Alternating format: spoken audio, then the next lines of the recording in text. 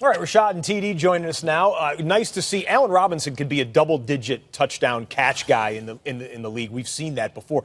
But it's about the quarterback.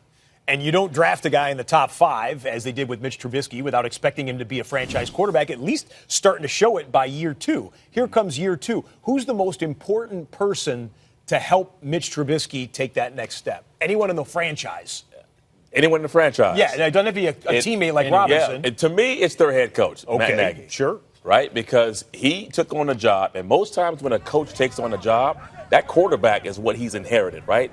So he's responsible to get that quarterback from where he is now to advancing him to make him a better player.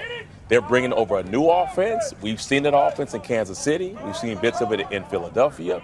We know how exciting that offense looks, where they don't really have a number one guy. Everybody can be a number one guy on any given play, which I love. And for him, earlier in training camp, you heard Matt Nagy talk about him taking the ball down the field. Last year, he wasn't doing that. It was all dinks and dunks. So I think to put all those pieces around him, allow him to understand all the weapons he's working with, he's the most important part of that offense to a young quarterback. How about you? I mean, there's a lot of weapons on this team right now. You know, bringing over Allen Robinson, I think he's a really, really deep threat. He can catch the ball. He could do the whole route tree. Then also you have Jordan Howard. I think you're going to have to depend on him in the run game. But hands down, for me, somebody who's coming over from Philly just won a Super Bowl. I think Trey Burton. Trey Burton. Yeah, Mr. Philly special. And the reason why is because you even said it. You alluded that he's dinked and dunked the ball. He's been consistent in that. He's going to need a safety net. He can be consistent until the game develops, warms up. He gets used to the whole entire tree and the whole entire team. So I think he's going to play a pivotal part in the success of this team. I talked with Trey in the offseason. He can't wait to show. Trey Burton can't wait to show he's more than Philly special, right. And he's more than like he thinks he can be a mismatch nightmare for some defenses around the league now that he's going to get his full chance as the man getting paid there in Chicago as well. Not just a gadget guy. I wasn't surprised that you mentioned the running back because I got 2 running backs on set with me right now. They've got 2 running backs in the backfield there in the backfield. Meeting room, let's call it, the running back meeting room there in Chicago. Jordan Howard, Tariq Cohen, both a unique skill set. But look these 2 guys are teammates. They're both trying to help the team win, but they're both young running backs trying to make a career here. Yeah. So how, as Jordan Howard talks about the dynamic, we'll get your reaction in just a second. Here's Jordan Howard about how they plan to have that 2-headed attack this year. Man, it's going to be great because it's just going to be so wide open. And I know I won't have that many people to make miss and stuff. We can account for a lot of people. Then the people we can't account for, we got the RPOs and stuff like that, so we keep the defense honest. So it's definitely going to be a lot of fun this year. In this offense, are we going to see you catching the ball more out the backfield? Oh, yeah, definitely. We've been working on that. I've been trying to make the most out of my opportunities at practice, so definitely make the offense more explosive and things like that. If I'm on the field catching passes so teams can't guess what we're doing.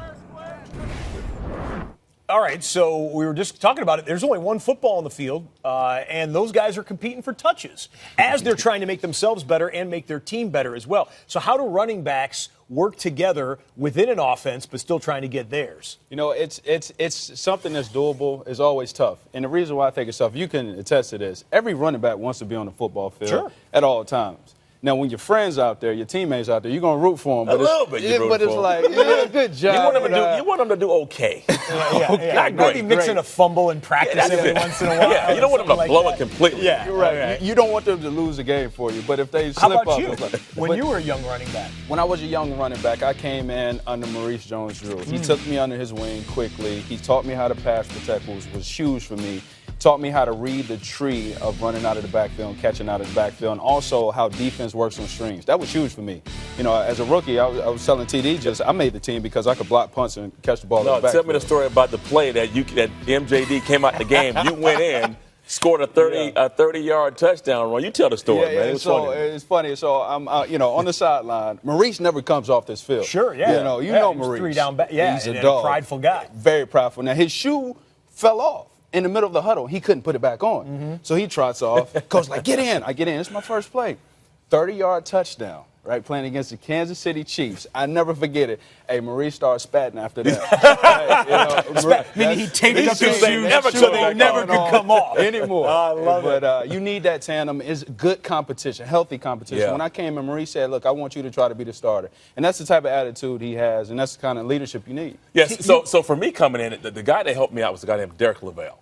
Derek Lavelle helped me out, and a guy named Aaron Craver. Aaron came to Denver as a running back.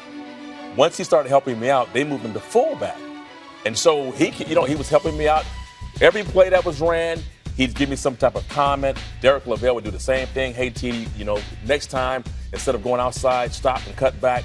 He would always just plant those little bugs or seeds in my ear.